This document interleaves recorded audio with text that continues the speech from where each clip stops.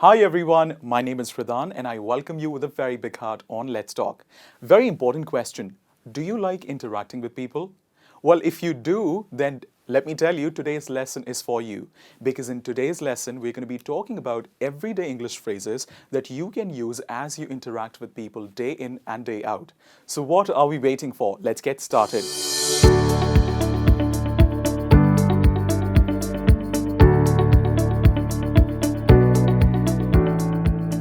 The first phrase in the list that we have is age before beauty. Well, everybody knows what is age and what is beauty. But if you put them together with a before, what does it mean? It means to give preference to an older person. That means if there are two people, one person is beautiful and the other person is a little old but with brains and more experience of life.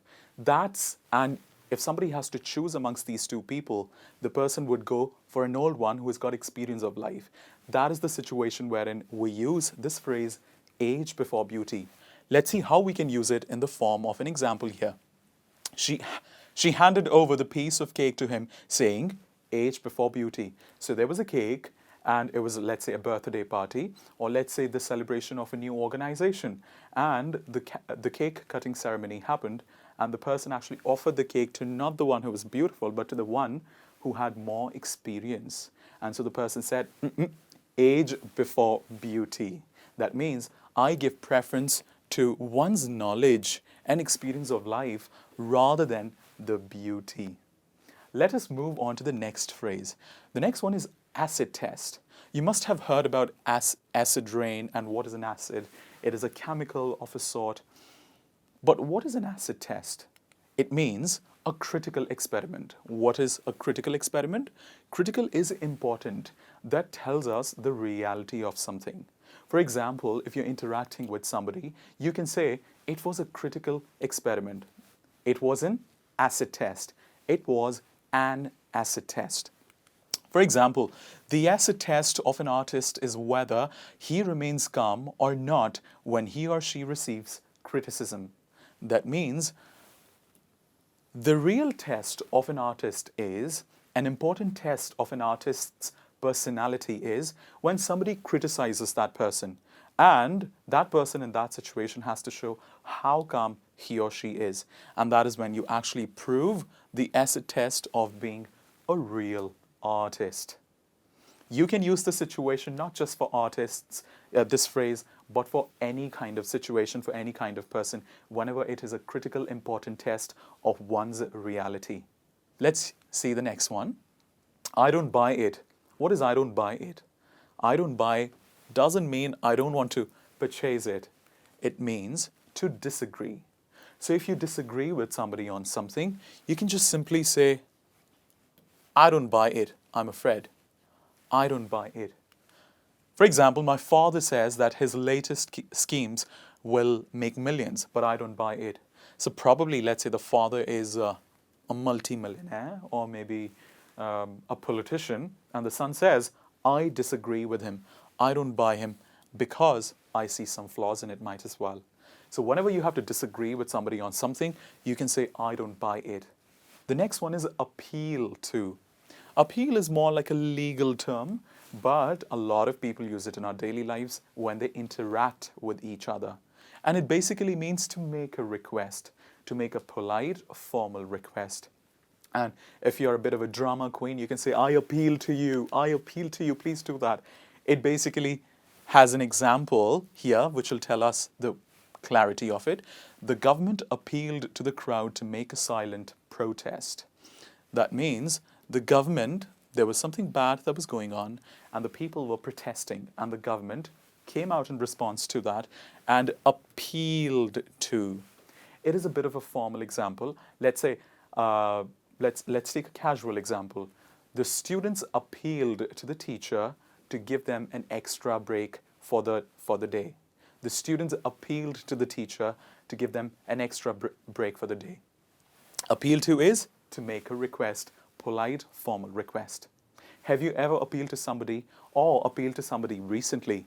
If you've done so, please do let me know in the comment section below by writing an example and using the phrase appeal to. Let us now move to the next phrase. The next one is come across. How can we use come across in the form of in an interaction basically with people? It basically means someone or something that comes to you by chance. So that happened to you, that wasn't planned. That just happened to you on a snap. And what is it? How can we use that in an example? She came across one of her childhood toys. That means she accidentally found by chance one of her childhood toys while cleaning the storeroom. Such a beautiful situation. I'm sure must have happened to a lot of you as well.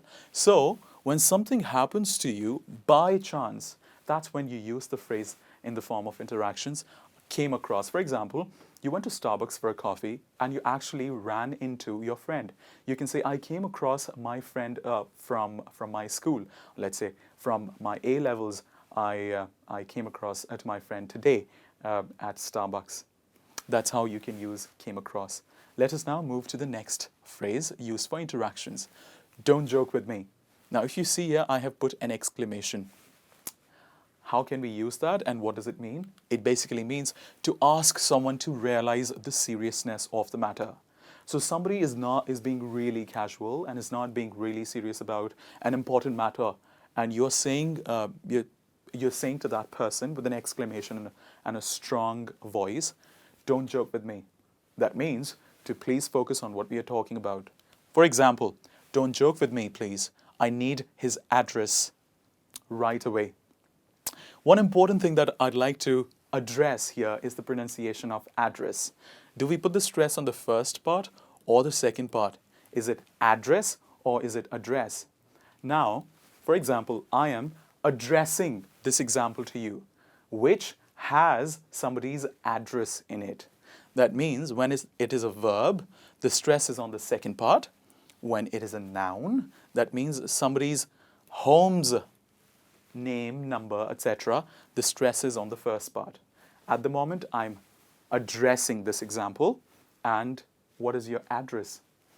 Coming back to the same, don't joke with me as an exclamation to be used when somebody is not serious about something. I hope you've understood this. Let us now move to the next phrase used for interactions. Fact of the matter. Fact of the matter means the truth of something. Truth, something that is not a lie, something that is the fact. Let's see in an example. The fact of the matter is that you were wrong when you were arguing with your parents. So, what does that mean? The truth is, everybody uses this very common collocation, the truth, very common vocabulary. But today you have been given a weapon of another word for the same, another collocation phrase for the same, fact of the matter. So if you want to say, the truth is, I didn't want to join you for coffee, you can say, the fact of the matter is that I didn't want to join you for coffee. So truth is equivalent to the fact of the matter. This was about fact of the matter. Let's move to the next one. For the time being. Now, it has time and it has being with it, with these two words as well. It means for a limited time, only for a limited period, only for a limited time. Something that you do or something that somebody has done to you or any duration that is for a limited time is referred to as for the time being. And there are so many things that we do for a limited time or something that is there for a limited duration. And in such a situation, you can use this phrase, for the time being. One more time, for the time being. Example time. For the time being, you can have my laptop. I'm not giving you my laptop forever, but for the time being, that means for that limited duration, you can use my laptop. This was about for the time being. Time for the next phrase on the list. The next one is allow for. Now, don't misunderstand it. It has nothing to do with permission. When allow as a word is used in conjunction with the preposition for here, it has a different meaning altogether. And it means to give a careful thought about something. Careful thought. Allow for means careful thought. Allow means permission. Allow for means give a careful thought about something. For example, Allying for her old age, that means considering her old age, she was given a seat by a young woman. Let's say this old woman was traveling on a metro and she was really tired. There was another young woman who was seated, and she saw that this woman is standing, and she offered her seat to her, considering, allying for, considering, giving a careful thought about her age, that she needs it more than the young lady does.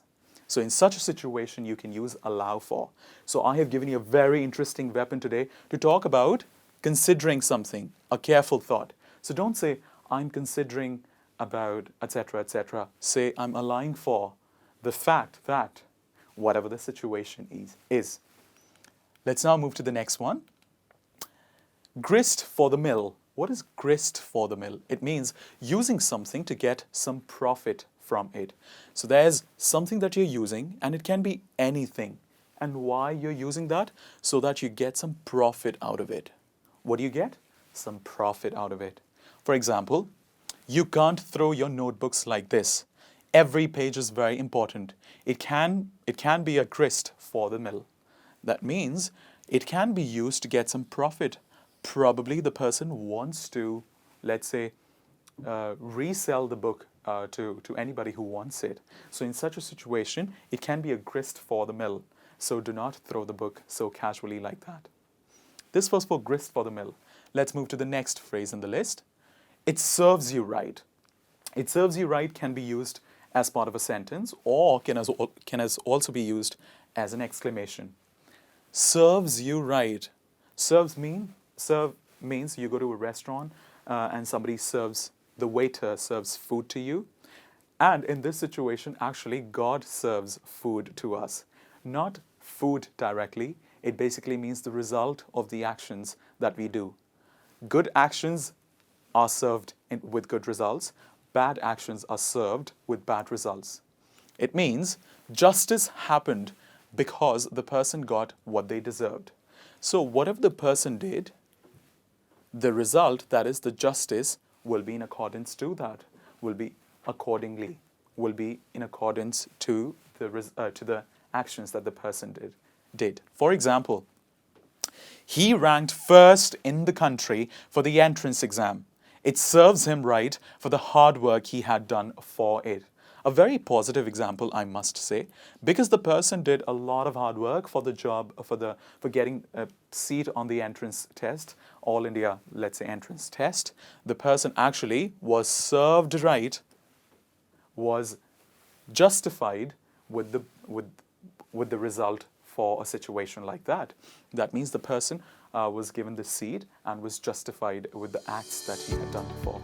So today we looked at some very interesting phrases to talk about interactions. Basically, when you're interacting with people, how you can use the normal phrases that we use in a more interesting, fluent and profound manner. Thank you very much for being with me on this video. If you liked the video, please press the like button and do subscribe to the channel.